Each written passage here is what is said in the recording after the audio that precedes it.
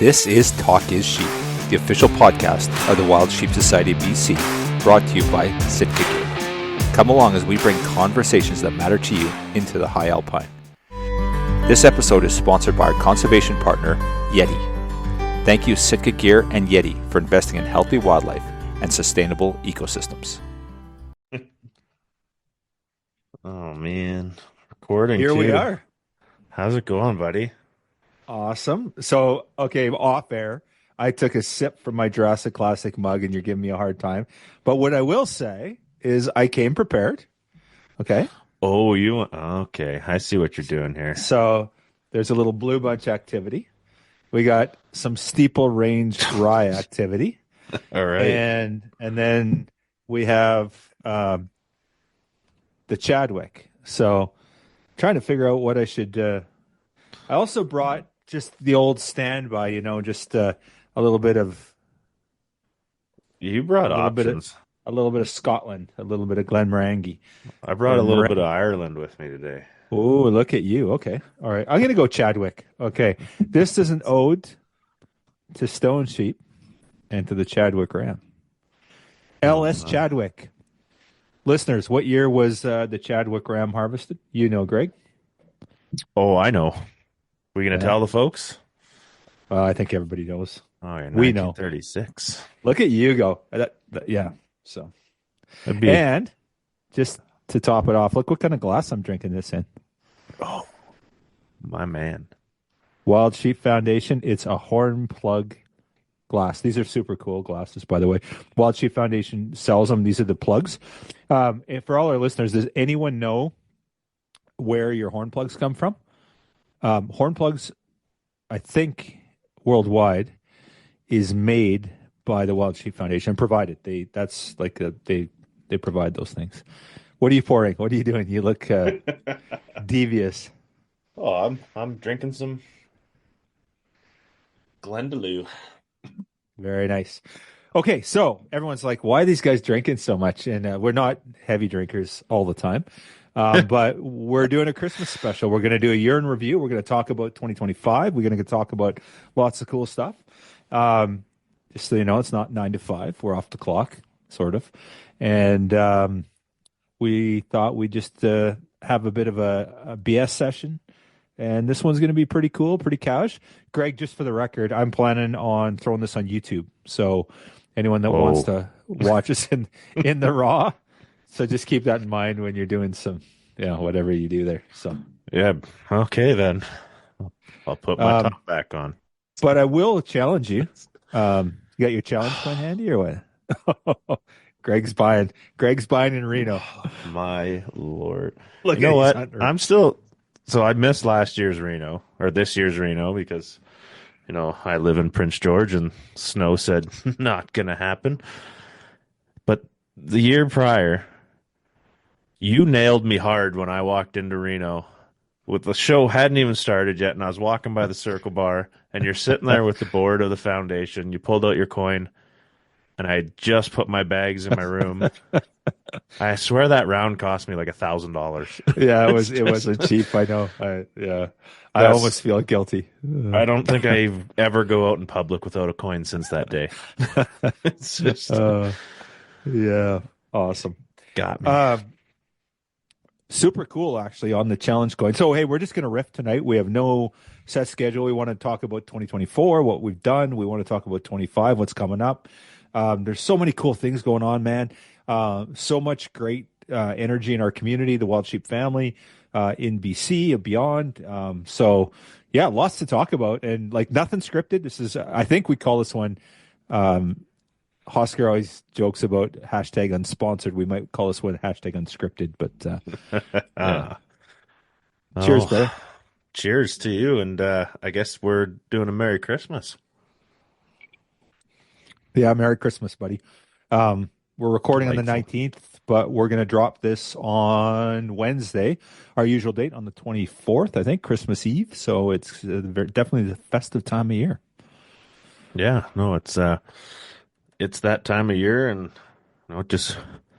I like the idea of this episode. We get to sit back, chat about what we've done this year, maybe a little bit of what's upcoming, And it gives us a good time to reminisce about what a hell of a year we had in 2024 for wild sheep. Well, buddy, you've been at the helm now, El Presidente, El Jefe, as we like to call you, for 10 months. And how's the weight of the crown? How's that treating you? 60-40. It's pretty good. It's cool having your hand in basically every little bit of pie that we've got going on, and get a lot more reach out from our members. Some good, some bad, and it's good. I'm proud of what our team's accomplished. We have an incredible board of directors. We have an incredible CEO, and a few more paid staff. Yes, we do. But the board does the heavy lifting. I'm just a figurehead. I'm just that twinkle in everybody's eye when they think about the Wild Sheep Society. No, just the pretty voice on the radio, right? Yeah, exactly. That's what I'm here for. Yeah. Well, the one thing about it is, as the president, shit does run uphill, and whenever there's something going on, you get the phone call. The cool thing is, and we get them enough of them, is we get quite a few, and it's never like you guys are losers, you guys are POSs. It's like, hey, why are you doing this? I don't like it, and we need to do better. And and sometimes it's stuff there's like anything else, there's a million things going on, things that are beyond our control that we can't influence, or maybe we don't like or whatever. But like our membership's pretty cool, man. You get some pretty cool phone calls, and I know you get the bulk of them. You get the calls, and which is great. It's the best part of my job is you getting the calls. Yeah, well, now what do? You get the call and you go, that sounds like you need to call Mr. Rensmaag. Yes, indeed. So no, but yeah, it's been a year. On the whiskey note, can we just segue there for half a second?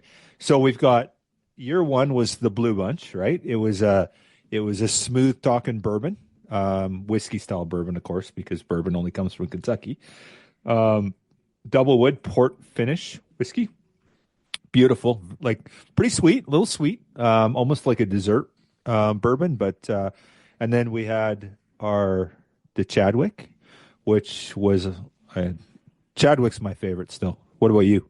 Yeah, Chadwick's. I'd say Chadwick's my top.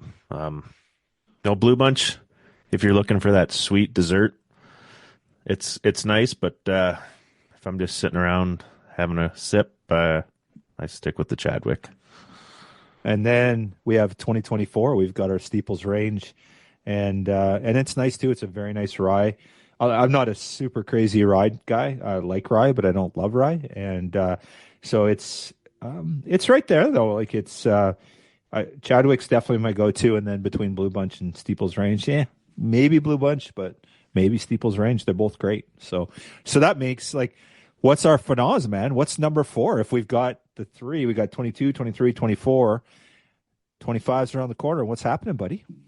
Oh, I feel like there's a hint of Dull Sheep in our future. Are we allowed to spill beans on this one, or are we? I don't know. Is secret? This the reveal? Is this the reveal? Are we doing the big old reveal of the Tatsicini glacial whiskey, the iconic area that those Rams call home? Yeah, it should be good. It should be good. So we got something really cool coming for you for 25. So like always, we team up with these great people over in Okanagan Spirits. Tyler does a phenomenal job. Tyler and Melissa and his entire crew, they're masters. They're award-winning distillers.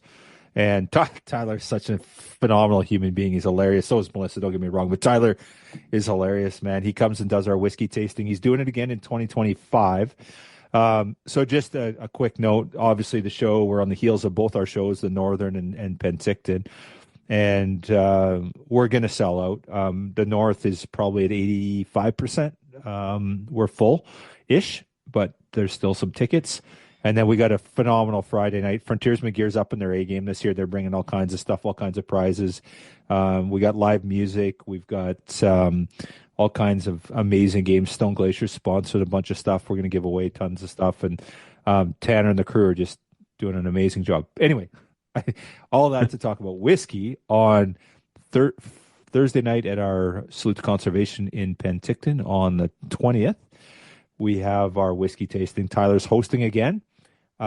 We sold out last year early, and we're 50% already this year, 2 months out. So it's selling out for sure on the whiskey tasting. So if you think you might want to come and do it, it's $75. It's dirt cheap.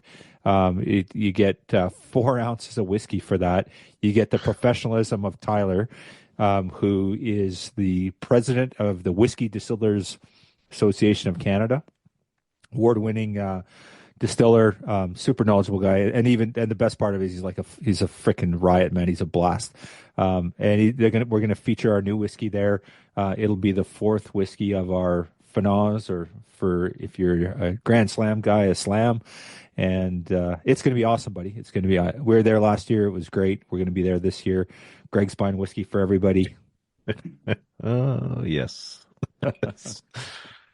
Yeah, well, I'm making sure I'm coming down, so I've got my vehicle picked out, and I'm driving. It's happening. Awesome. Yeah, it's going to be good. So yeah, show season's upon us. And on that note, we got. Well, are we going to talk about 24? Are we going to talk about all the stuff we've done, or are we just are we talking about the future? Well, if you're talking about, we're touching on the sheep show and the Wild Sheep Foundation.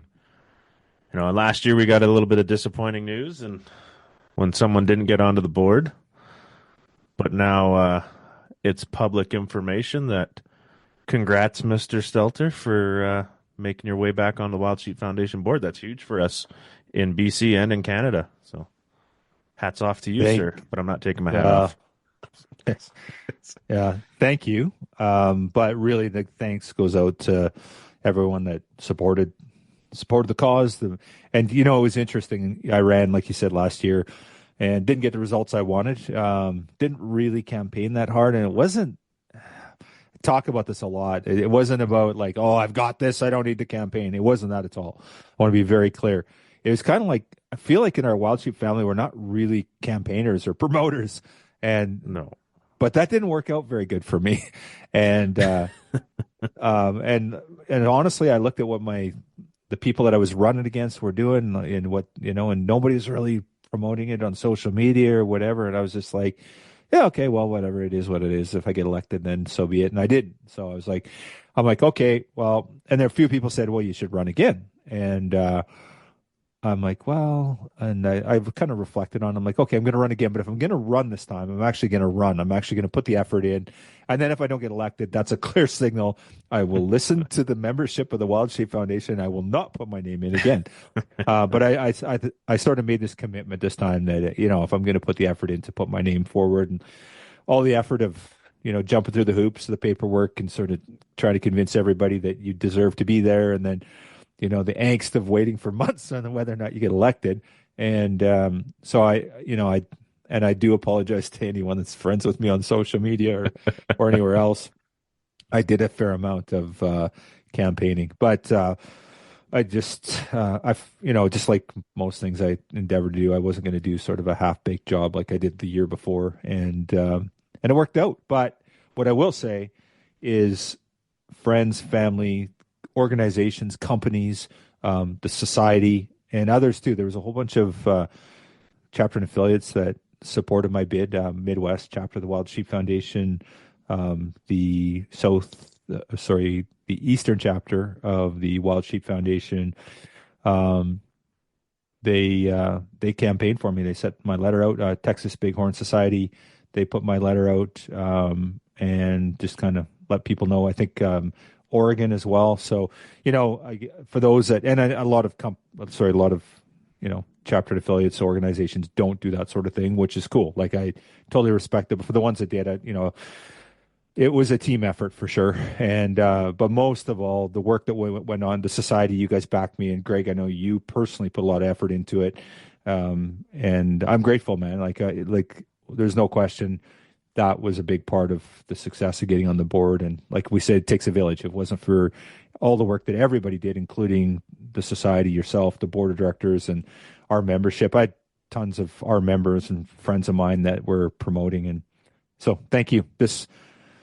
If there's a victory and there's a celebration, it's as much as everyone's victory as it is mine, and I truly believe that. If I hadn't had that support, and it's a proofs in the pudding. Look at the year before, I didn't get elected. So tell me I'm wrong. Yeah, well, and with that being said, there, sir, I think we raise a glass and have another toast. So if we're gonna get you through this episode handily. Awesome. Yeah, we roll.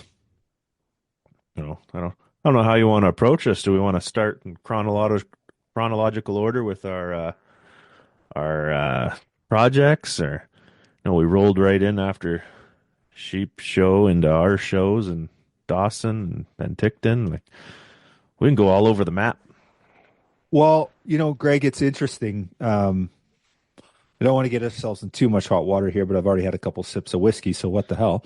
There's companies, organizations out there that talk about the work they do and they're fundraising and they're doing stuff, and what are they doing? And you said to our board, you said to me, we've got all these fundraisers going on, we've got these raffles. We need to show everybody what we're doing, and I think people know. I think we do a pretty darn good job. But one of your focuses, and it was interesting, Glenn Landers, chair of the Wild Sheep Foundation, reached out to me. He goes, "I like what you guys are doing there. You're showing the why. You call it the why. It was kind of your personal campaign." And I say that a little tongue in cheek. We obviously talked about it, but you're like, no, we're going to show our why. And you've spent the last month or so just really showing the work we're doing, where our money's going. So if you're going to donate to the Wild Sheep Society BC, if you're going to buy a raffle ticket, if you're going to show up to our fundraiser and spend money in an auction item, you're damn well going to know where that money's going. And we do put a lot of money on the ground. It's interesting. Our own money, this is just the Wild Sheep Society BC dollars. The last 2 years, it was like $630,000 a year. That's not for 24. 24 is going to be higher than that, but 23 and 22 were 630. So if you take that number, you divide it by our 1,500 members, that's about $425 that each member's putting on the ground per capita.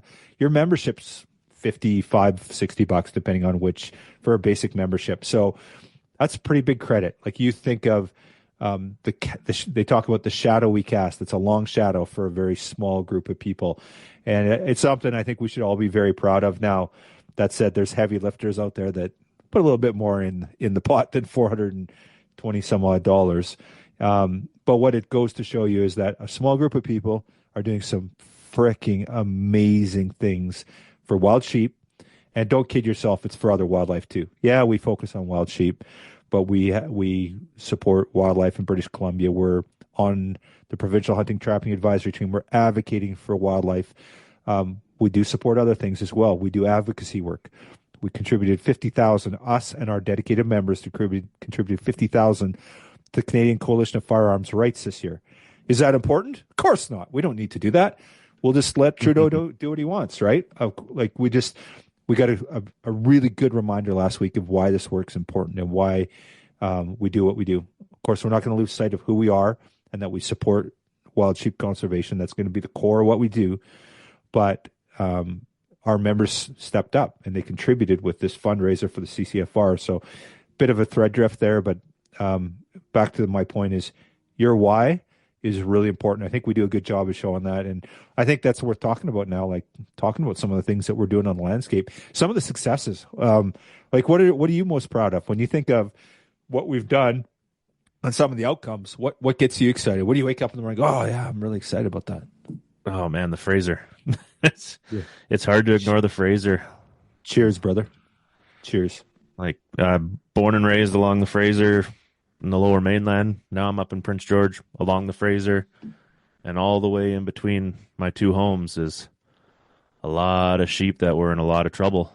And what were the counts? They just did a flyover count not that long ago, and a good year for sheep's like 30 and 100, so 30 lambs for 100 ewes, and we've got like 70 in one of the herds. We're above 50 in a couple of the herds where we've done the test and remove. Like, that's incredible. And then now that I've moved up to the north, I've got a little more stake in the stone sheep area. I'm only a couple hours away, and we're getting off burns.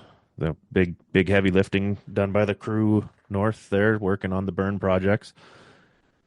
It's exciting times. Now, if we can get something done with Doll sheep, man, I'll be happy.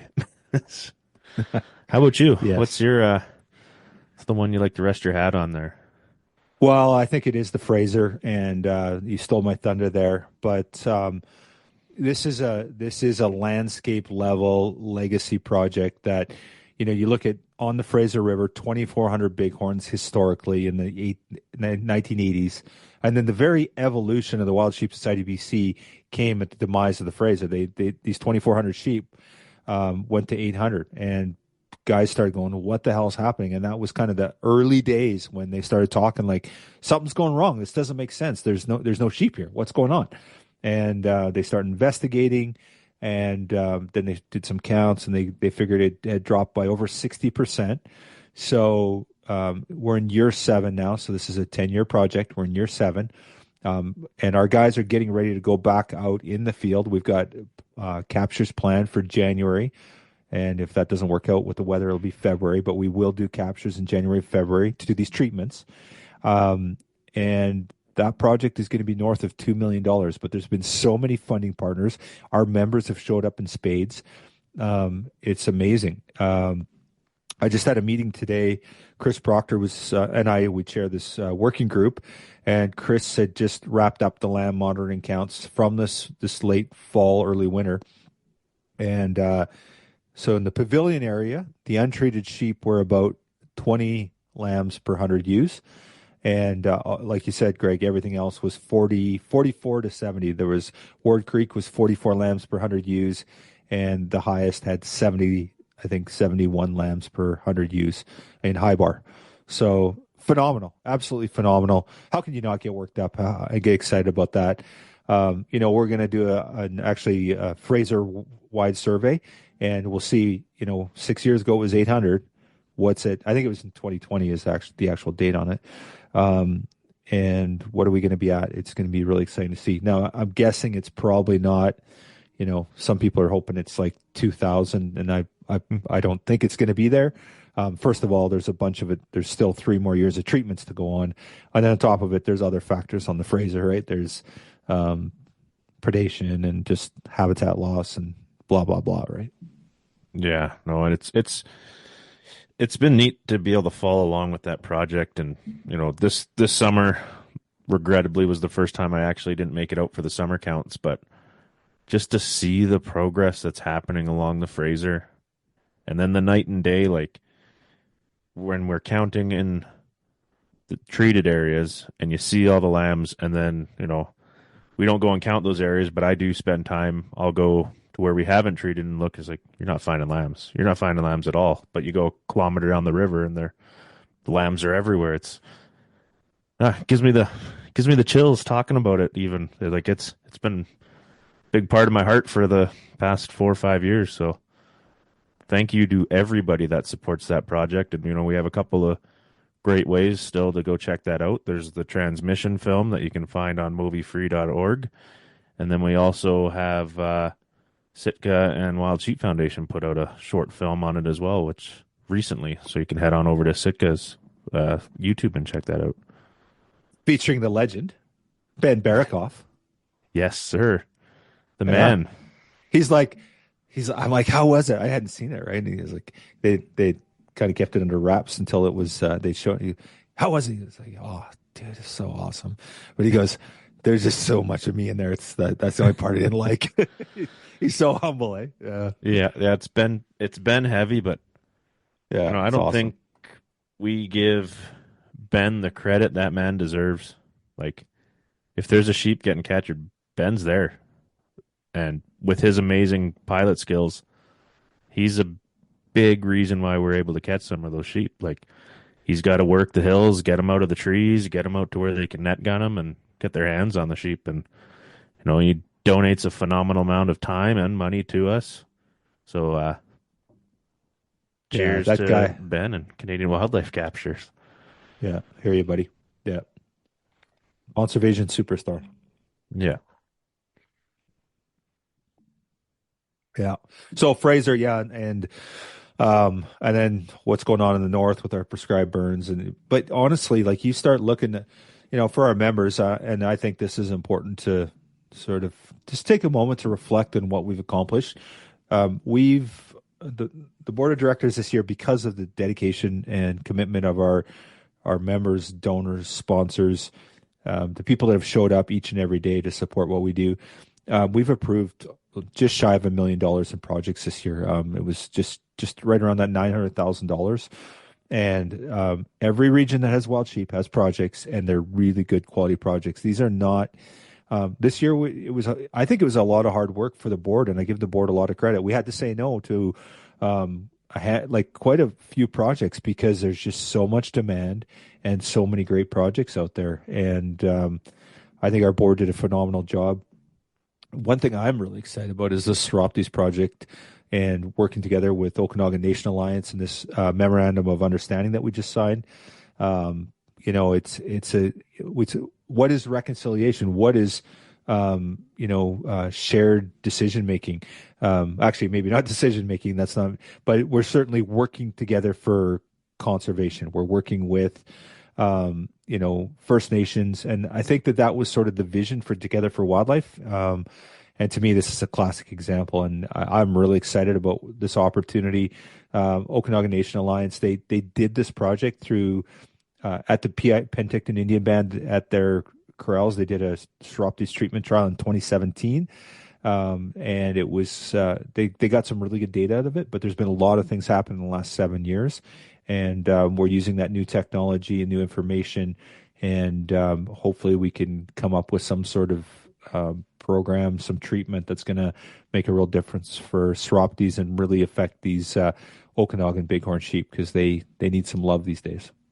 Yeah, and for our listeners south of the border there who might not be familiar where this project's happening, it's right on the border. So we'll be helping sheep in the U.S.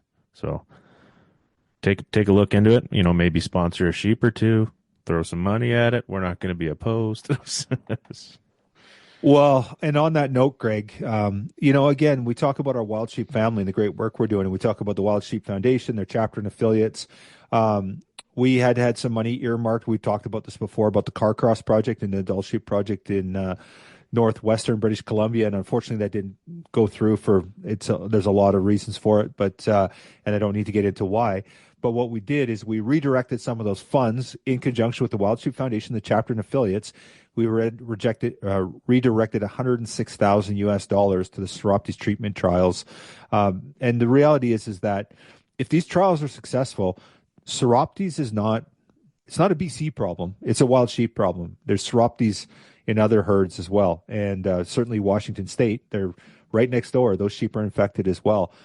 So Wild Sheep Foundation, through their grant and aid, redirected that $106,000 to this project. And they're a big part of the project and their chapters and affiliates. The cool thing is Washington State's reached out, and Washington Wild Sheep Foundation, they said, hey, like, just let us know what you need. We're here. We're committed. Obviously, the society's committed too. We've got a lot invested in this, and we're working closely with Okanagan Nation Alliance. Just a huge shout out to Mackenzie Clark, who we just had Mackenzie on the podcast, dropped last Wednesday. And Kaylin Glasser. They're just phenomenal people, working really hard on behalf of Okanagan Nation Alliance and, of course, their leadership. We were out there for the MOU, and Greg, I felt really welcome there. It was a really good feeling at that MOU signing. I really enjoyed being there. Yeah, no, that was a cool experience, and to be welcomed into their home, and just it was such a warm welcome we received. And they did such a nice job of, just having us there and, letting us be involved in it. And I'm looking forward to see where that project goes. And, poor Peter Gooch down there in Penticton's going to have a lot of heavy lifting coming up in the next couple of years. So you'll see a lot of Pete's shiny face on social media coming up. And once they start capturing sheep, we're going to keep you guys informed with what's happening. And Pete's going to be the man behind all of that on our end, pretty much. Yeah, and we're rolling out a program right now called Adopt a Sheep. And what we do is we put this together and with this captive bighorn sheep herd. So for those that don't know about the project, what's happening is we're capturing, there's pens on Penticton Indian Band's land. They've got 4 pens. We're going to go out and capture, not we, but ONA in conjunction with, I think, the government is going to go out and capture 30 sheep and bighorn sheep, not domestic, bighorn sheep. And they're going to bring them back and they're going to have them in the pens and they're going to put them through these drug trials. We're going to have them there for 15 to 18 months. And so we got to feed these things. We got to water these things. We got to take care of them on a monthly basis. They're going to be tested. They're going to get these vaccines and all the things that we need to do to do this project.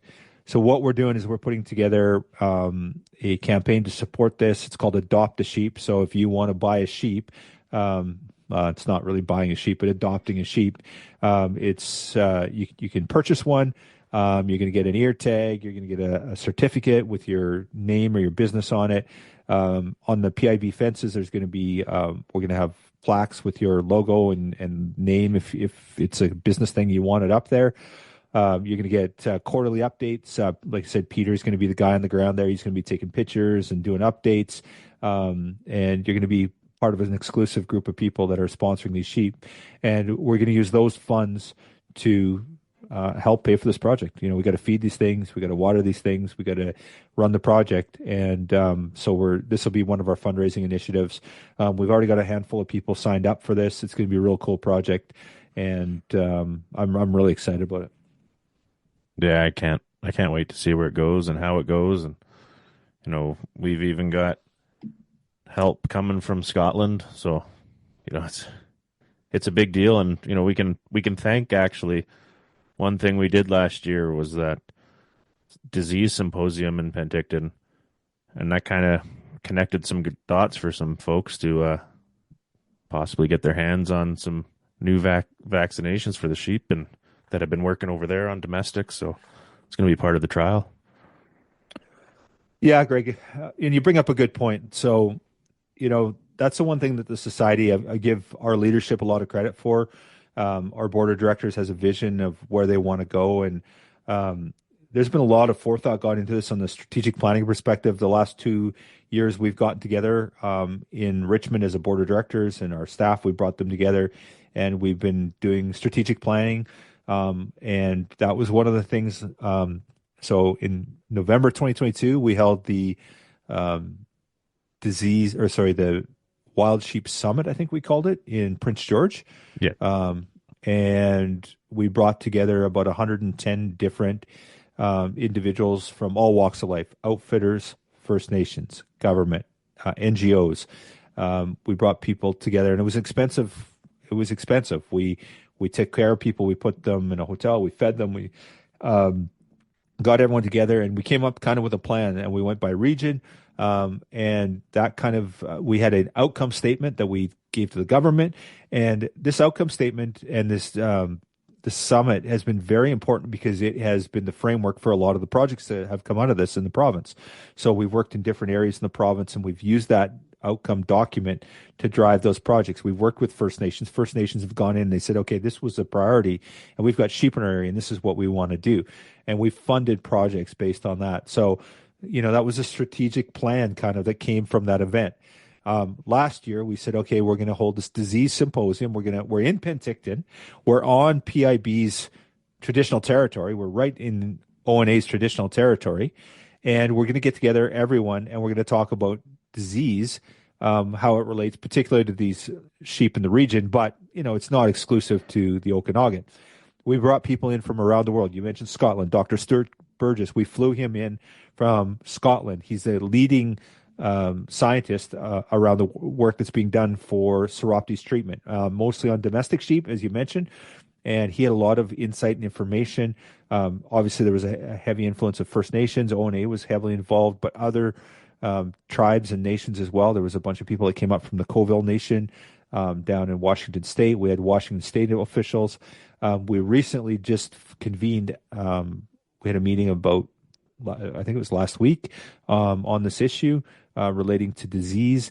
So this has been a strategic plan that we've had and we've been working on for the last couple of years to fix this issue around Seroptes. But what the outcome, Greg, is we know is going to happen is that if we cure Seroptes, we find something that's going to fix it. That's something that's going to benefit everybody, all these jurisdictions. It's going to help wild sheep in Nebraska. It's going to help wild sheep in Wyoming, in Idaho, in Mexico. So everyone wins, right? So that's where this Adopt a Sheep program comes in. And if you're at Sheep Show, I apologize, but I'm going to come and knock on your door and ask you to sponsor a sheep. Yeah. I think those are going to be a few of us visiting some folks when we're down in Reno, trying to get our hands in some pockets. Yeah. And again, it's going to benefit all wild sheep, right? It's, of course, it's going to benefit the Okanagan wild sheep, but if we can find some sort of solution around Seroptes, I don't know if cure is the right word, because I really feel like I think they'll be able to clear it, but that's not necessarily going to cure it. We can make a very serious impact, and our Okanagan bighorns are not doing great. Like they need some love. They just get a world of hurt down in the Okanagan. Like you name an issue with wild sheep, it's in the Okanagan.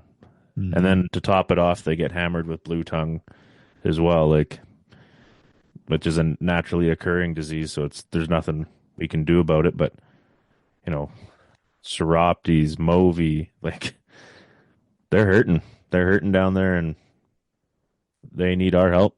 And then the Okanagan's a beautiful place, so lots of people move in and they get in the way. So yeah, unfortunately, yeah, well said.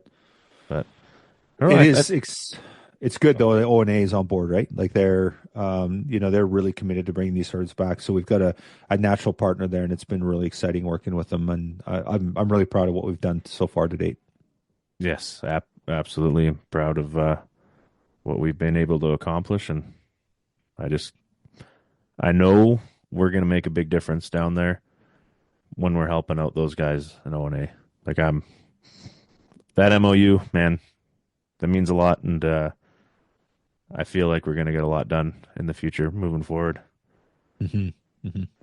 So I guess, it's been a big year for us. So I think we should maybe hammer out a couple of, we can go month by month or whatever, but January, we kicked off the year in a big way. Like we started off continuing our ungulate enhancement project with the BC Trappers. And then we rolled right into CCFR donations. So, just in January, we approved funding for 3 different things. And it was over $65,000 just between the Trappers, CCFR, and then Dr. Swansha for the disease symposium. So we kicked it off with a bang, and I think we're going to do that again this coming January. We're going to start off, hit the ground running. Yeah, well, are you in the loop on the CCFR fundraiser? I don't know if have you seen that plan yet? No, I guess I'm not important.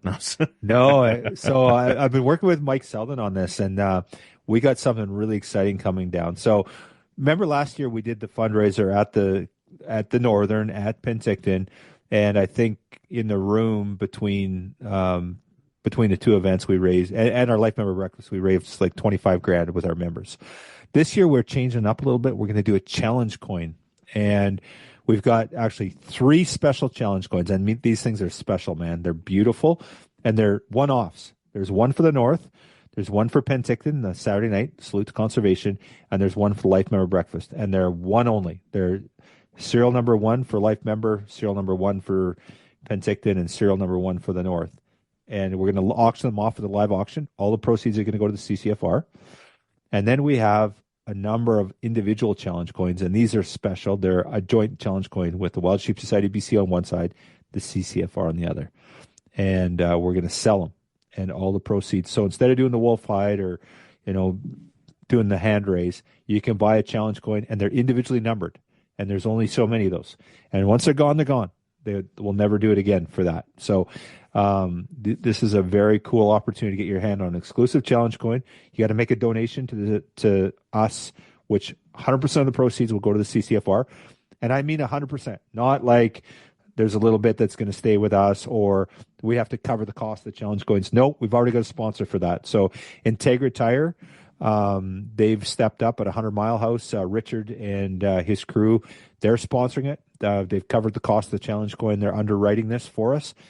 So 100% of the proceeds are going to go straight back to CCFR. Our goal is to raise $50,000 for the CCFR in 2025 again. So not a problem. Let's do it.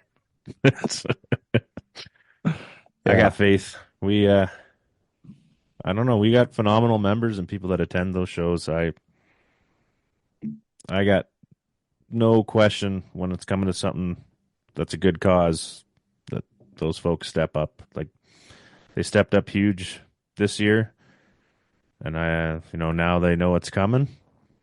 I think they'll step up even bigger. They'll be prepared for it now. Yeah, well, and the thing is, for me, is guys were putting their hands up, or gals were putting their hands up for $500 or $1,000 here and there, and that was just for nothing, just because of the good. Now they're going to get a cool challenge coin. There's a whole bunch of really cool aspects to this. So yeah, I'm really excited. We've done a lot of work on it, and obviously Mike's like super. He's a super passionate guy about this, and I just should I do a screen share and like do a bit of a make people watch this thing on YouTube so they can figure out what's going on. Okay, I'm gonna do a quick screen share here. So this is the one that you can buy on your own. So there you go. So Wild Sheep Society BC, Wild Sheep Forever. It's got our little ribbon there. It's got the logo. These are 3D coins. They're elevated.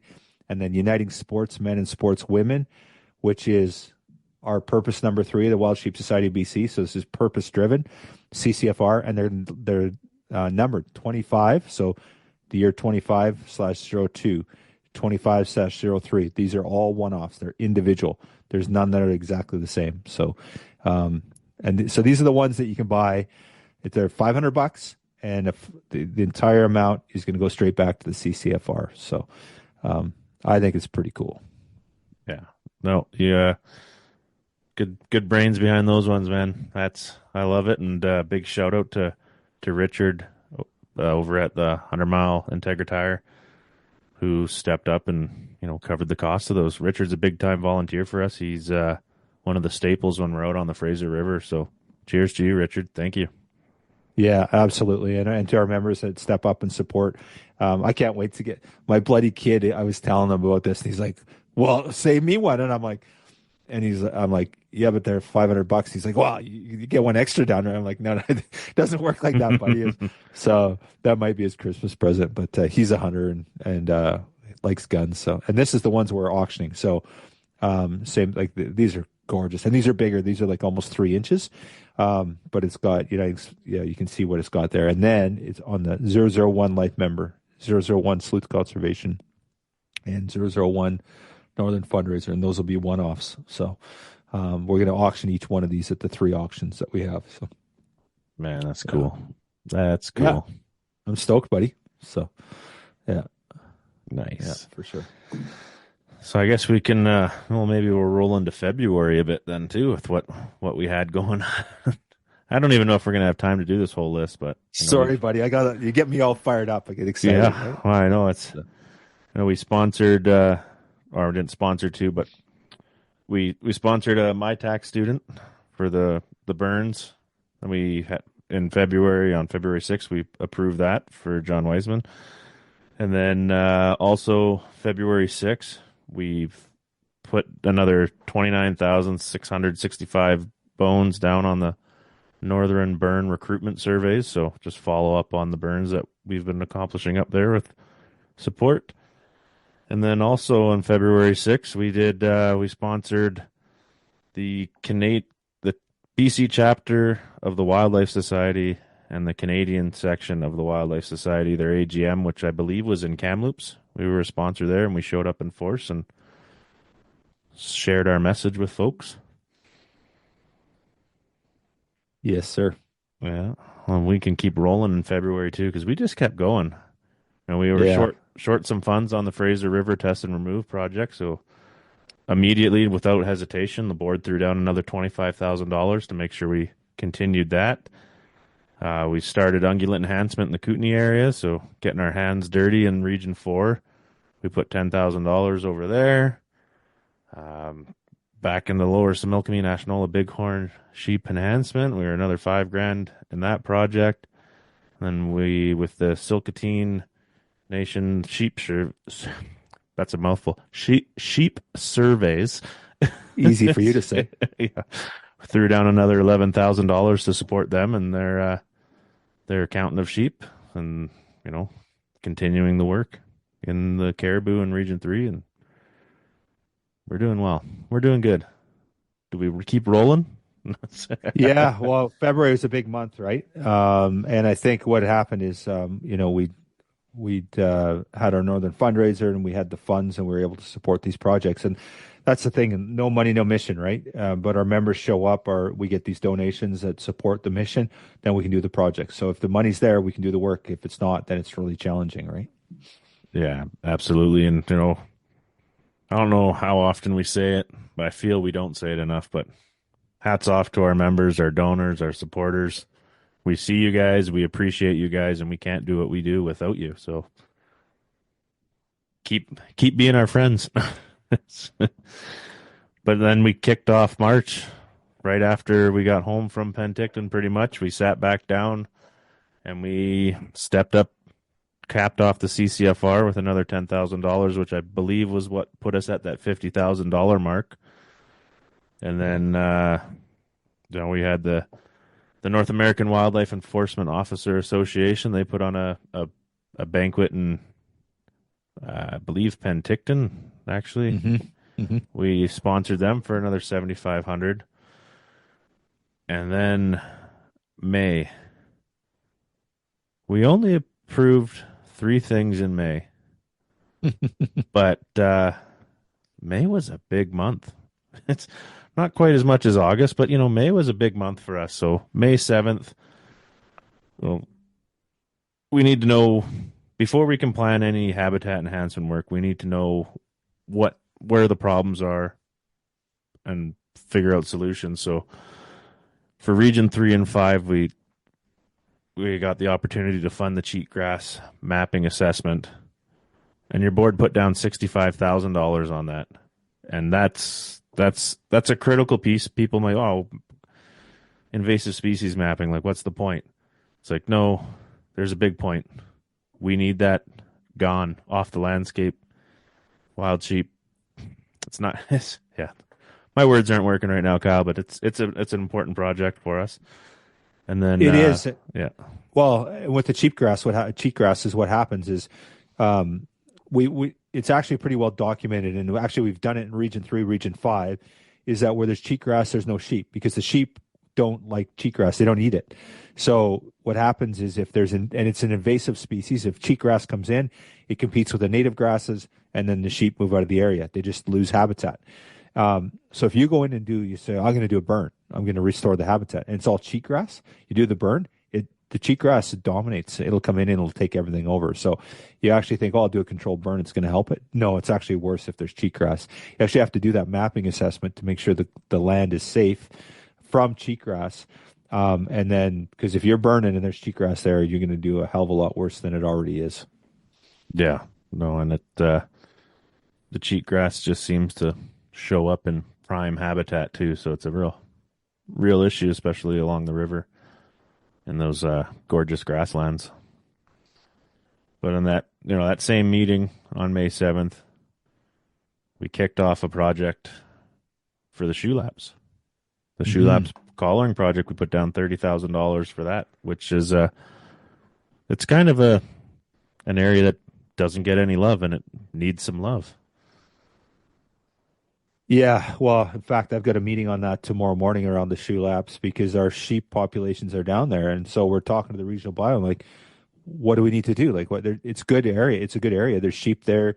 They've kind of figured there's no disease issues. They've done some captures in there. We've put those collars on that very project we approved, and they're fine. So is it predators? Like, there's definitely a lot of pressure in that area. It's a sort of target-rich environment for outdoor enthusiasts. Of course, there's hunters back there, but there's mountain bikers, there's freaking through hikers. There's so much activity. There's a lot of people that are out there are four-wheeling that's illegal, but they're doing it anyway. And there's no enforcement. So we're really trying to establish what's wrong with the shoe laps, and that's where I guess we should spill the beans. Well, not spilling the beans, but Matt Ward had the ruck for the shoe laps, which is super cool. But that sort of formed the basis for this the shoe laps project, was having Matt and all those society volunteers out there on the landscape, sponsored by Mystery Ranch, by the way, out there doing their stuff and counting sheep and sort of trying to understand. And they did actually find a lot of sheep out there. I think they seen 30 or 40 sheep while they were on the landscape. Yeah, it was a bunch of dedicated folks loaded up their backpacks and headed up in the hills for a night out. And yeah, they had a good number of sheep. They worked their butts off getting up into the mountains, and you know, hey, and I think that one kind of might want to let it out too. Like, when you go to those things, you got a chance to get something. And the people that went out in the shoe laps, Mystery Ranch hooked them up. So let's shout out to Mystery Ranch for stepping up and supporting that project, or not only that project, that event, and they're going to be back. We're going to do it again. We're going to hit the hills, and shoe laps is happening again this year, and led by our good friend there, Dr. Matt Ward. Yeah, it's awesome. Yeah, it's a great project, and yeah, really important work that's being done in the shoe laps, but more work needs to be done for sure. Yeah. And then now let's go back to May here a little bit. The last one to cap May off, and you know, it's not a huge spend, but it's probably one of the most important things we do.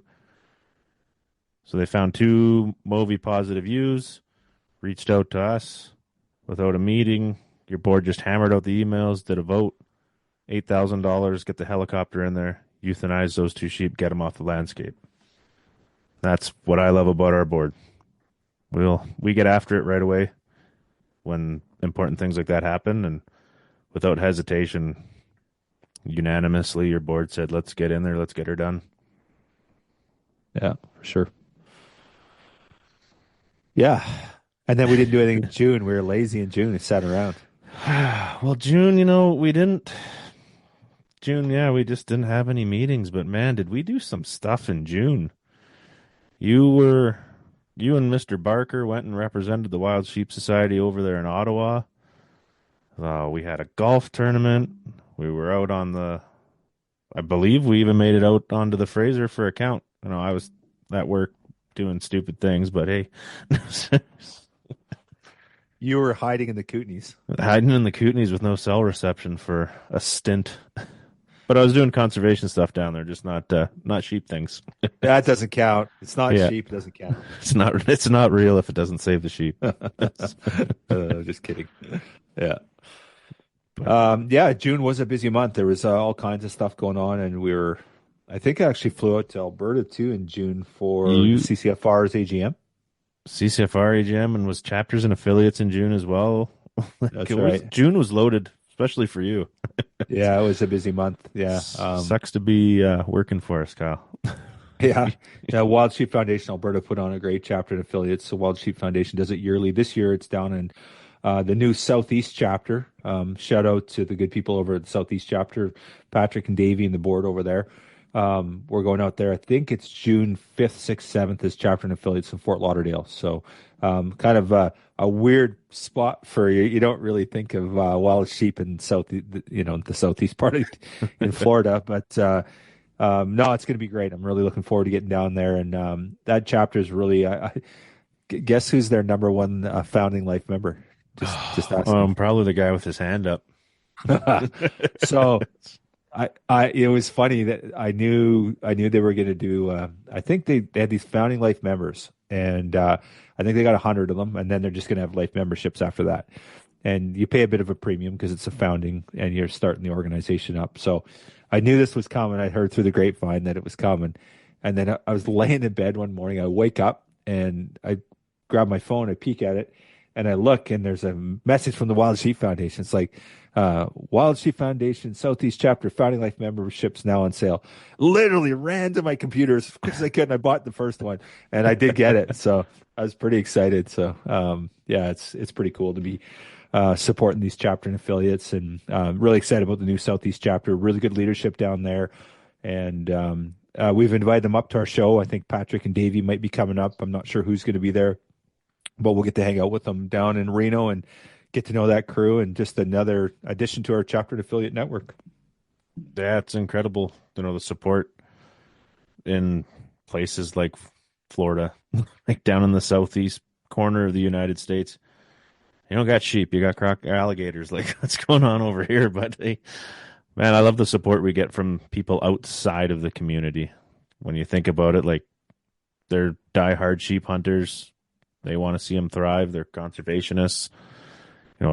There's a couple chapters like that down in the States, but hats off to them when they get together. And it's no easy task, no easy feat to put together a chapter of the Wild Sheep Foundation, especially in an area that doesn't have sheep. So the people aren't seeing the concerns every day, or watching that lamb cough on the landscape. They only know what they see when they fly to those places or drive to the places that have sheep, which not many of those people do, but big time supporters and diehard conservationists, and gotta love them. Looking forward to actually meeting the team down in Reno. Yeah, well, and then you look at Eastern as well. Like, and that's another chapter on the East Coast. They're out of Pennsylvania there, and a great group of people doing great things. And I guess Iowa and Midwest, are they non-sheep chapters? I don't know. Like, Nebraska's nearby, right? There's South Dakota. So they do. And interesting enough, Midwest is kind of the heart of where the Wild Sheep Foundation started, right? Like, that was sort of ground zero for the start of the Wild Sheep Foundation. Then, of course, over the years they migrated Cody and eventually Bozeman and so forth. But it was what was the name of the mountain that they? Oh shoot. The founding members, the foundation met, and it was a long time. I can't remember. It's been a long day, but what's the name of it? Anyway, regardless, that's kind of where it all started. Was in the Midwest area there, and yeah, really cool. You don't really think of wild sheep there, but that's sort of the origin of the foundation. So yeah, that's cool to get in the backstories, and those are always the ones I like when you sit down to someone that was there, or sit down with someone that was there, that one of the founding fathers, and have a chat. And man, you get to hear some cool stories when you get to get into some of those original members. Yeah, and there's still a handful around, but they're few and far between. And speaking of which, you and I found out that Lex Ross is still he just had his 90th birthday, which was I didn't even know Lex Ross was still with us, and super, super cool. Yeah, I love that picture we got on his birthday of him wearing some of our new sheep swag, and man, that one was cool. When you sent that to me, I was like, "Who's that guy?" Like, it's Lex Ross. I was like, "No way!" so we got to get this out on social media. Let's go. Yeah, super cool. Yeah, it's awesome. So anyway, sorry I screwed up your whole story there. No, I got no stories. We're freewheeling this one. So we go back into June there, and so while you were in that chapters and affiliates in Alberta, what was the call to action there was to support the Grotto Mountain Sheep Project in Alberta, and yeah, that's exactly right. And here we are. We stepped up $10,000 to help our friends on the other side of the Rockies. Yeah, awesome. That's a great project. It's just outside of Canmore there, And it's, just like anything else, it's habitat loss, right? It's all grown up. It's all this, dense bush, and there's no place for them to feed, right? And so they're going to go in and do a mechanical clearing and really bring those numbers back, which is super cool. Yeah, no, it's sheep don't know the borders. They don't Yeah. respect the border. It's so we got a chance to help our friends to the east, the north, the south. We're there, and it's cool to be a part of. And then you did other things in June, Kyle. What else did you do What in else? June? You went to Ottawa with Mr. Barker there. You guys dressed up in your snazzy suits. Yeah, so that was cool. The Conservative Party of Canada, they have a um, hunting, angling, and conservation caucus, and they basically advocate for issues relating to sportsmen and sportswomen. They look out for issues that we care about. And Blaine Calkins is an MP from Blackfalds Lacombe, and Blaine hosts it every year. And so this year we had a symposium.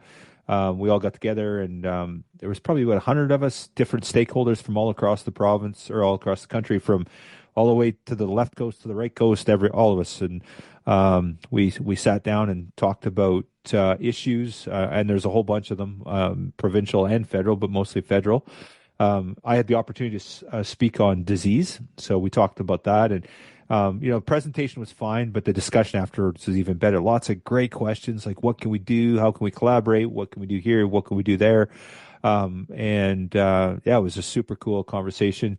And then every year, the symposium, they wrap up with a wild meat dinner over at, it's the official opposition's house. What do they call that place? My, I can't remember. You can do it.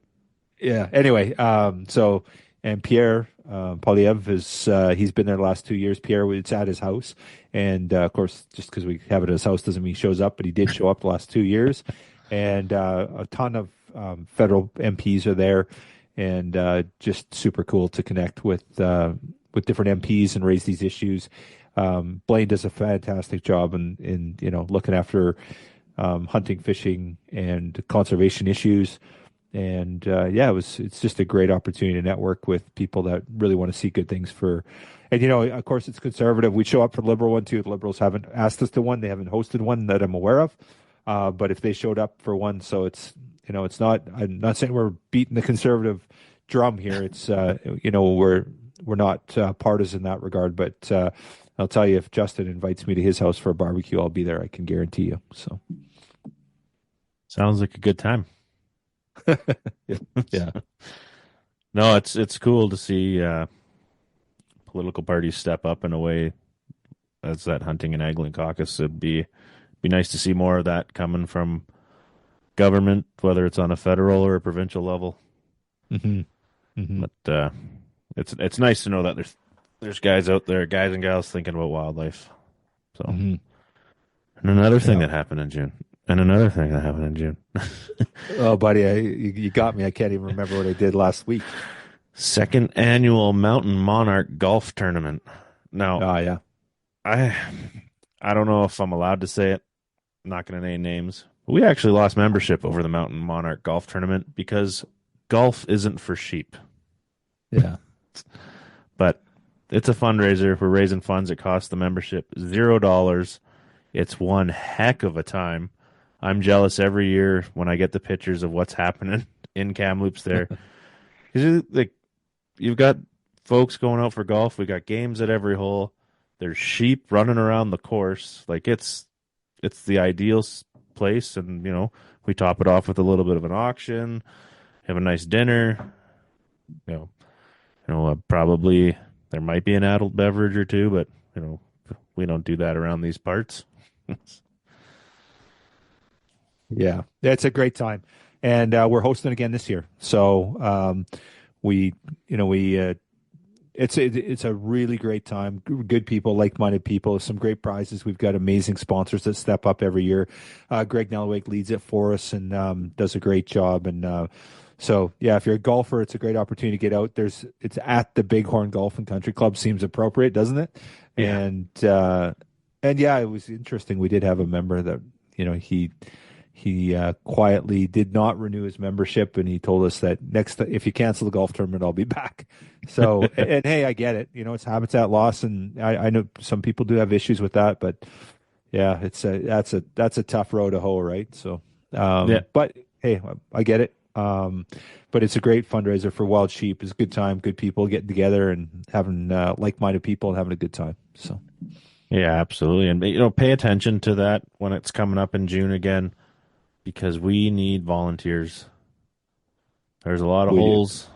Each hole needs a volunteer or two, plus some people running around. Like it's that one. That one takes. Our shows are big. There are lots of work for all of us, but for on the day volunteers, I'd say the golf tournament's probably our heaviest, and we need help.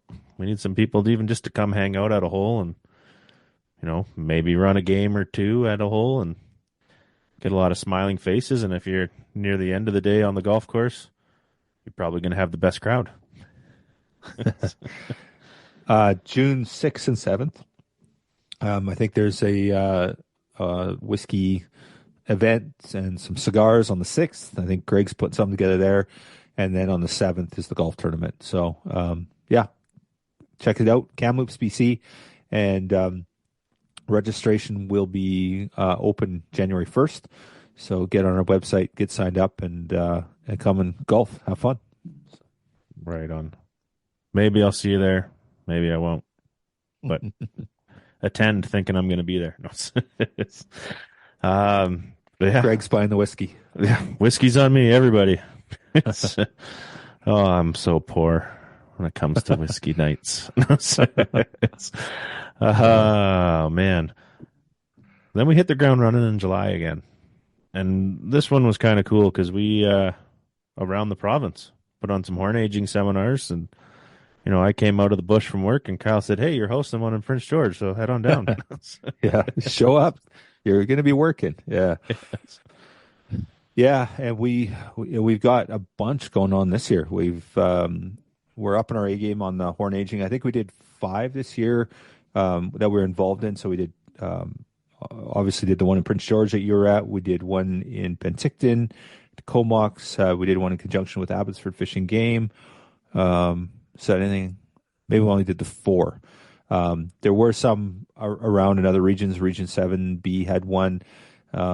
Rail put one together there with Backcountry, and Josh was involved in that, but we weren't actively involved in it. But our board, you guys set a motion at our board meeting in November and said, no, we want to do one in every region across the province for 2025. So I got the marching orders. I came home and I'm like, oh shit. I started phoning people. I'm like, please help me set this thing up. So we've got 9 horn aging courses planned for 2025. And I've got a couple dates and venues locked down, and it's going to be epic. We got some great instructors. We've got some confirmation dates already. We'll have those up on the website in early January. Some are fluid. We haven't quite nailed down the dates, but we probably half of them we've got dates confirmed, locations, all that. So it's going to be awesome. Can't wait. Yeah, you look for Kyle on the island. You can probably find me in Region 7, and hey, maybe even Region 6 if it's not too far into 6. Smithers. We're doing it in Smithers. That one we got locked down. I'll be there. Yeah. So that one's locked down.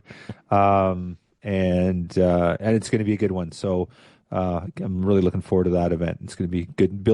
That's Bill's hometown, Bill Jack. So Bill's going to be instructing there. And yeah, we're going to, the local Smithers Fish and Game, we're going to be working with them there and hosted at their event. Bill's going to be instructing, and it's going to be a lot of fun. Yeah, show up. Lots of like-minded individuals, and maybe some swag from the Wild Sheep Society. Get your hands on some horns, learn some things, and even if you're a seasoned sheep hunter, just going just to hang out with people, get a little refresher. It's awesome. We had lots of great feedback just from people who have been sheep hunting their entire lives that they love the course, or not a course, but the seminar, the presentation, to sit with people that have this common interests. And, there's everybody in that room, from someone who's never seen a sheep before to, people that have them hanging out at their houses now. So. Yeah. Yeah, sorry, it's the Smithers Rod and Gun Club, not Fish and Game. My apologies. Oh, Get the terminology right, Kyle. can't believe you misspoke on a podcast. Yeah. These don't Yeah. count. They're not formal. We're And drinking. that's when the calls started. Yeah. Yeah, Yeah. here comes the hate from Region 6 to Kyle Stelter. Yeah. Good Oh, stuff. man. July. So I think that covers July, actually. We were just education across the province. And then Yeah. August. August, did we spend some money? Oh. Yes, we did. So Yeah. August is a month why we love our supporters. It allows us to be able to do what we do, and let's just touch on some things that happened in August at the August 6th board meeting, where you can see the panic set in on Kyle's face as our board's just throwing money around. And that's when you walk away from the meeting and go, "Oh, we need to find more money." So we kicked off, there's annual Advancing Women in Conservation 2025 summit was held in Vancouver, or is going to be held in Vancouver. So we sponsored that for $3,400. And then the next motion was back on the Fraser to continue our test and remove project. We committed another $70,000 to that project. Region 4 ungulate enhancement, we've committed $15,000 towards that. 80 wild sheep health sample kits, we committed $30,000 towards that. And then rolling into the Finley Russell Stone sheep project, continued there, led by Landon Birch. We committed $33,000 to that. And then the prescribed burns in Region 7, we all took a deep breath, put our hands up, and committed $258,000 to continue the burns in Region 7. So Yeah. thank you, It's a big one. everyone. Yes. Yeah, big month for sure. And big undertaking, and that's where, this year is going to be an important one for fundraising for us. We do have, partners that we rely on heavily for that. We've already got some commitments. Dallas Safari Club's generously stepped up $20,000 towards that Northern Burn. Grand Slam Club Ovis, we've talked to them, and they've made a soft commitment of sounds like $40,000 to support it as well. So we've been out fundraising, trying to find project partners on that. And that brings up a good point, Greg, is that, we've got some amazing collaborations and opportunities to work together with these different entities and, Dallas Safari Club, Wild Sheep Foundation, Grand Slam Club Ovis, Abbotsford Fish and Game. There's, North Peace Rod and Gun Club. There's been so many over the years, all these different chapter and affiliates that we work with. And it's interesting. We've got this model in BC, and we've seen it's been pretty successful. Abbotsford Fish and Game's been a great partner for us, and they've been contributing $20,000 a year for the past, I think, 3 years now. So $60,000 in commitments towards our Fraser River test and remove. So this is an opportunity as hunter conservationists. We are part of these fish and game clubs, these organizations, and we do things. And, if you're looking for an opportunity to partner with us on a project, this is a great opportunity. And so if you're part of a fish and game club, reach out to us and, let's talk about working together and doing projects and collaborating. I think this is a model. I'm seeing more and more of it. I've seen Abbotsford partner with a bunch of other entities as well. And it's a great way to get some great work done. And we've been working hard on trying to build those relationships. And I think it's important. I think, if you got some dough sitting in the coffers with your fish and game club or maybe a chapter and affiliate and you want to partner on some stuff, we've got a ton of projects. This prescribed burn's a big one for us. We'd love to be supported with some funding opportunities there. And the one thing about it, it's not like the money doesn't have to come to the society. It can go straight to the project, right? And quite often that's what'll happen is that there'll be a check maybe written directly to put the money on the ground. So it's actually going on the ground. This is actually money that's being spent. But this is a big year for us. This is the biggest year for us in terms of funding approvals, and we're looking for partners to continue the great work and tell our story and do what we can. Yeah, no, well said. And something else happened in August. You know, there's a little party we like to have in Chilliwack. Mm-hmm. Another year of the Jurassic Classic on the mighty Yes. Fraser River. Yeah, that's a good one. Yeah, I was gonna say that it was kind of cool this year. If you were at the event or you're following our social media, you seen there was a heavy emphasis on Yeti this year. So Yeti was actually in the house this year, and they loaded us with products. And man, every boat had Yeti on it. Every table had Yeti. Everybody got Yeti. Yeti was in the house, and they showed up in a big way. It was pretty neat to see that from one of our conservation partners like that. Yeah, it's really exciting, and I've just been going through the sort of the negotiation process, and of course, all these things are a negotiation and trying to have those discussions. And they love the event; they want to be part of it again. They're just going through their budget approvals right now, so fingers crossed they'll be back bigger, better, badder in 2025. They are committed to it, whether or not the funding's there, and so we'll know that in the next sort of 4 weeks here. But regardless whether or not they show up in the force that they did this year, or they're a great partner. Our conservation partners have done so much for the Wild Sheep Society and everything that we do, and we're really, really lucky to have the support we have, and from our members, but donors, supporters. Just the list goes on and on. But our conservation partners and our title sponsor, they do the heavy lifting. They give a lot to BC. They allow us to do a lot of things to support our membership and to really put a lot of money on the ground, and it's because of their support. Yeah, and just a quick rundown of the major event sponsors for Jurassic Classic this year. You mentioned Yeti, Stone Glacier showed up again. They're one of our conservation partners. Our official sponsor, Sitka, was a big part of it again, and Sacco and Steiner were right up there with them. So thank you to those fine companies for their continued support of wild sheep in BC. Yeah, absolutely awesome. Yes, Sitka is an early adopter of the Jurassic. They sent their marketing manager, Corey Pearsall, at the time up in 2018. I think it was 2017. Corey's been coming for years, or it's been years when Corey started coming. And then COVID kind of, it didn't cooperate very nicely. So we had a bit of a gap there, but now we're starting to get people back again. And we're trying to put together our conservation money for Monday for 2025. So it's going to be awesome. Can't wait. Yeah, that'll be. I guess I'll go again if I'm invited. You're the boss. You go wherever you want, buddy.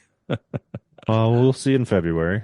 Oh, that's true. Yeah, the membership can speak. They might be tired of me already. Yeah, maybe. Yeah. Might get a hand or two from our board, but fingers crossed. Oh man, September. Let's do it. So in September, we put down $21,000 towards a project with the Goldenrod and Gun Club to film what's going on with them and the conservation work.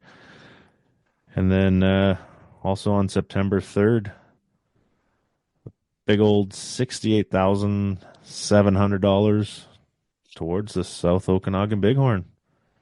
Yeah. So, yeah. It's a solid month for September. Yeah. It has been. Yeah, for sure. You look like you're gassing out, Kyle. Nope, I'm not. We've got 3 hours left. We're doing we're going full Rogan, are we?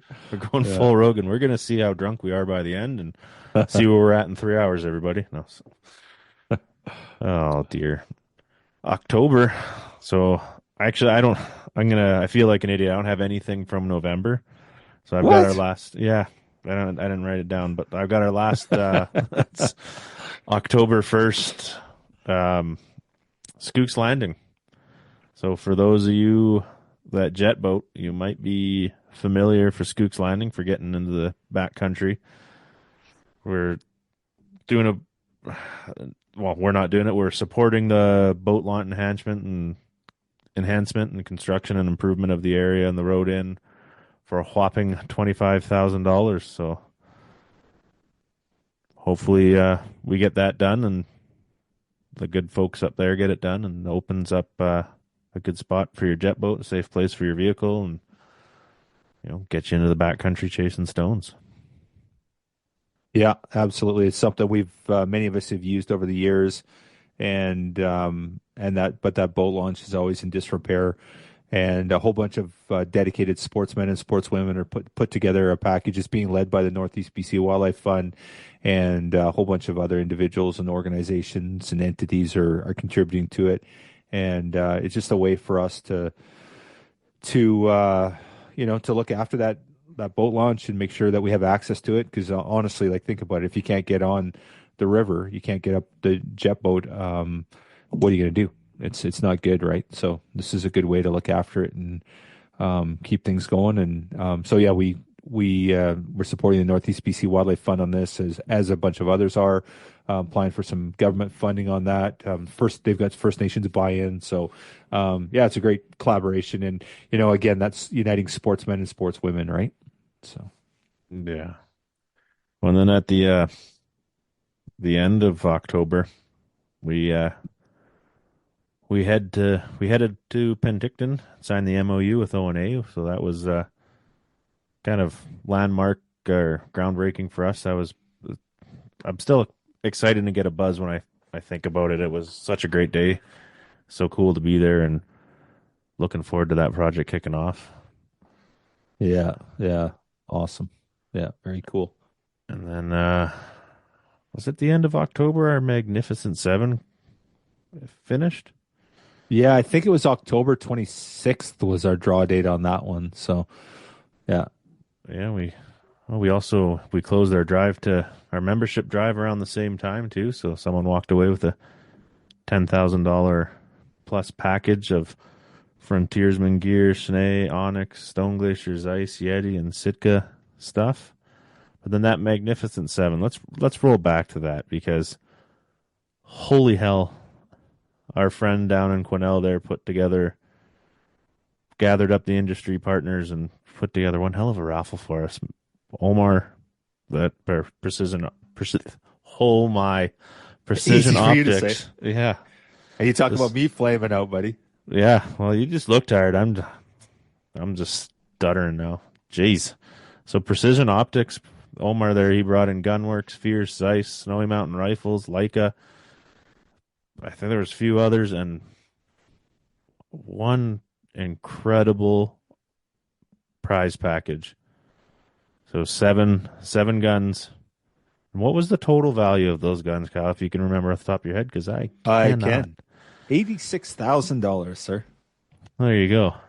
Yeah. That's man. Talk about conservation superheroes. Yeah. Omer asked me about that the other day. He's like, "Oh, so, where do we end up?" And I told him the numbers, and we're around $156,000 in revenue. And he's like, "Well, like, what is that? Like, how does that bottom line?" I'm like, "That's 7% of our gross revenue, buddy. That's a big, heavy lift, right?" So, and that's the beautiful thing about the society and our membership and our donors, our supporters, is we have a very benevolent group of people, and it's because of that generosity and kindness that we're able to do the things that we do. And that's the one thing, Greg, it's interesting. You're talking about all this money tonight, and it seems like that's a focal point. But I will say, no money, no mission. That's a fact, right? If you don't have any money, you can have all the goodness or kindness in your heart, and you can maybe do a backcountry cleanup and pick up some garbage. But to really get things done, it costs real money. It's like, that's a fact. So no money, no mission. And I will say that's one thing with our board of directors, is they spend this money wisely. It's not frivolous. We talk about it and, we spend all this money and stuff. But it's not like, oh, let's just get this money out there. Like the money is being very carefully. It's been very calculated. It's been discussed, and just for our, I guess, our memberships sort of understanding is that we have funding requests come in. It goes to the projects committee. It gets vetted by the project's chair. And then if it makes it cuts the mustard, it goes to the projects committee. The projects committee reviews it, and then they make a recommendation to the board of directors. Sometimes they go back and get more information. They're like, there's not enough information here. We need more details. It goes back to the projects committee, then it goes to the board of directors. And sometimes the board will reject it, or they'll need more information. There's times where we've had, and this last one, the Soroptes one that came up, there was a funding piece. We debated it at length in November at our board meeting, in-person board meeting, and it got referred back. And it's like, no, we need more data. We need more deliverables. We need more clarity on this proposal. And then eventually it was passed. So I feel like our board takes our members' commitments and their money very seriously. It's not spent frivolously. It's done with deliberation, and it's done with, is this going to have an impact? Is it going to drive our mission? Is this in line with our purposes, our principles, our values, our vision? And if it is, it gets the funding. If it's not, it doesn't. Yeah.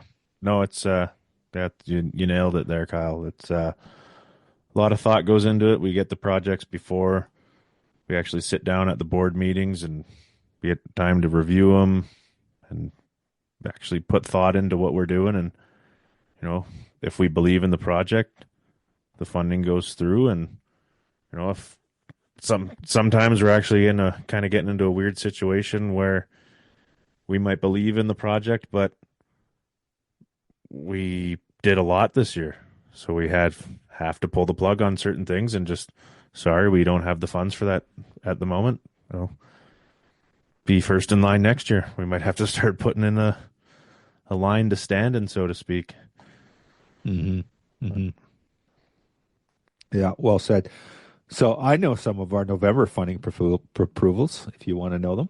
Absolutely, Mr. Stelter. Okay, so if you remember some of that funding, you said John Wiseman, that money has ended up being redirected.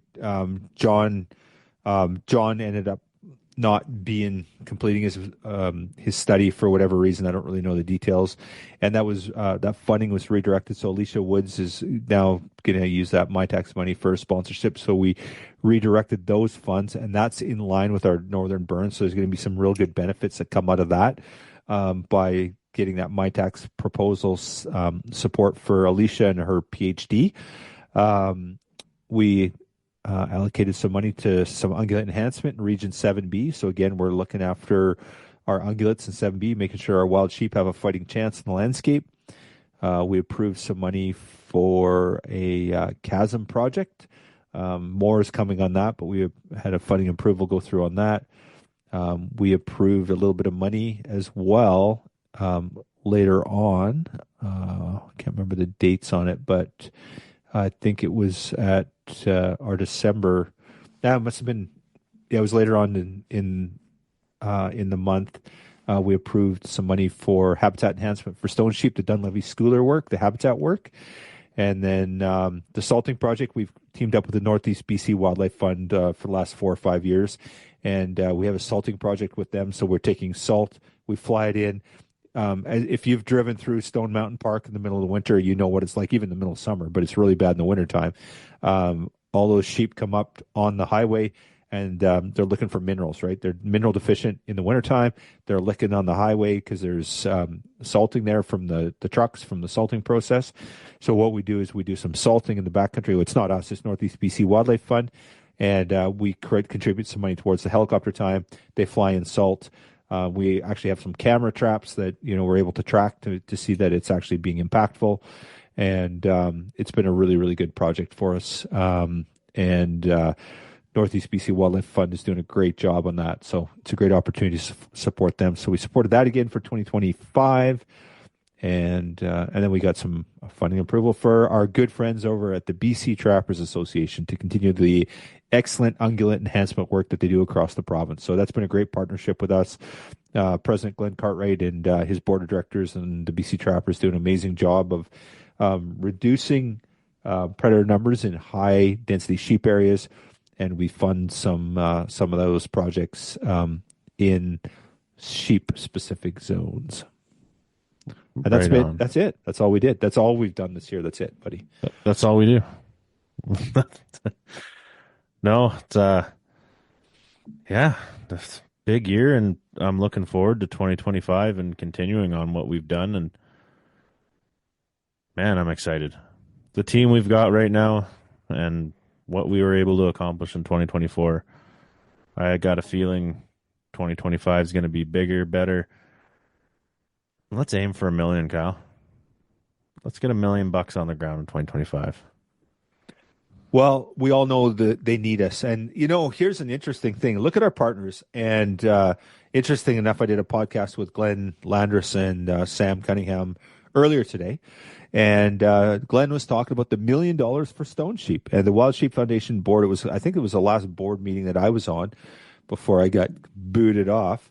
The chairman of the board handed the gavel over to me and as vice chair, and he's like, I'm putting a motion forward, and we're going to put $1 million on the ground for Stone Sheep in northern BC over the next 4 years to $250,000 US. And that's the one thing the foundation has showed up in spades, and so is our membership, and it's a great collaboration. It's a great opportunity. And that's not even to even consider the money that's going on the ground from the minister's special permit when they sell that tag. And we did really what was the number last? Oh, sorry, you weren't in Reno last year. Sorry about that, buddy. Sorry, I know that's sensitive. But what did that tag go for? It was 385 or something. Yeah, I was in the high threes. It was one of the biggest years. Yeah, it was a good year. Yeah, I think it was 385 US.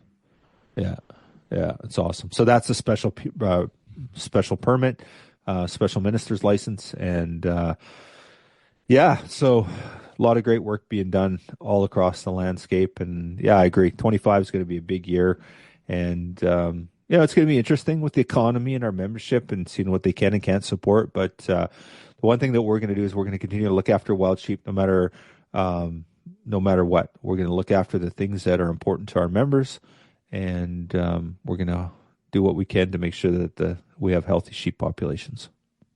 Yeah, no, that's well said, my friend. So I feel like we're naturally coming to a close here. So I just want to start off or end this with thanking our official sponsor, Sitka Gear, our conservation partners, Yeti, Gunworks, Onyx Hunt, Precision Optics, Zeiss, Frontiersman Gear, Stone Glacier, Wild TV, Schnee's. They're doing a lot for sheep in BC, and man, some superheroes behind the scenes there. And I want to thank our membership, our volunteers. List goes on. All our supporters. Me personally, aside from the memberships and volunteers, I want to thank you, Kyle. I want to thank our team, Chris Barker, Mike Southern, Colin Peters, Joseph Humphreys, Corey Green, Tristan Duncan, Joe Eppel, Peter Gucce, Ben Matthew, Matt McCabe, Greg Nalawag, James Mitten, Justin Kaluski. That's a team. It's a dream team, and we have our support staff too. So we have Rebecca Peters, Chris Rathall, Hannah Erickson. Like, this is the team behind the Wild Sheep Society, and I couldn't do what I'm able to do without that team. I'm sure you feel the same way, Kyle. We've got a stand-up team of rock stars behind us, and I'm happy to be a part of it. Yeah, buddy, you just said it. We do a team meeting between the four of us every Monday morning, and it's we have such a passionate group of people that believe in our mission, believe in what we do. Our board of directors, yeah, I agree. Like, we have a rock star team right now. My opinion, best in the business out there, and just great human beings that really care deeply, are passionate, work incredibly hard. Like I wish people could see the amount of effort that goes in, and everyone's kind of got their different level of commitment. But there's a couple people on this board. You just go, oh my goodness, how do you do it? Like, how are you still married? How are you still employed? Like, how does that even work? And yeah, I'm with you, buddy. So, but honestly, like for me, it all those people, all those donors, all those supporters, 100%. But it's our membership. Like we have a special group of human beings that care deeply. I use the term wild sheep family. Probably I overuse it. I'm sure I do, but I feel that way. Feel really connected to these people when I show up to these people. Oh no, I'm going to go Don you Cherry. watch yourself, Don Cherry. I'm going to go Don Cherry on you here. When I go to the shows, I'm surrounded by like-minded people, my people, and you walk in that room and it's stressful, right? You like for us, like we're on point, we're doing our thing, but it's like a good feeling, and you walk away from that weekend and you're just like, wow, that was something. It keeps you fired up for the whole year. Like you're on frickin' I don't know, on some upper for 12 months until the next one rolls around, then it kicks off again. Yeah.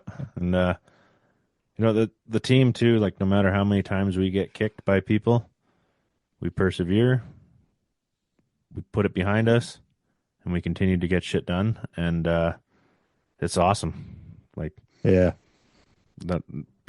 there's people out there that try to get in our way. We don't let it happen. We continue to make things happen for conservation and wild sheep, and your board and support staff is dedicated to that, and we're happy to serve our membership. Yeah, well said, for sure, buddy. Yeah, well said. Awesome. Well, we're releasing this on the 24th, so it's Christmas Eve morning in theory, although it's Thursday here, but fast forward 5 days when we release these things. To our membership, to our friends and family of the wild sheep community, to you, Greg, to your family, Merry Christmas, everybody. Thank you for your incredible support.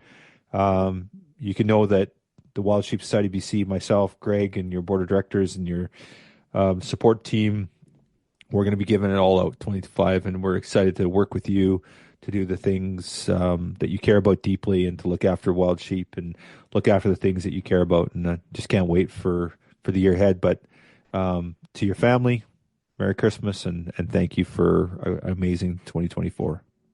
Yeah. Cheers. Thank you, everybody. Cheers, brother.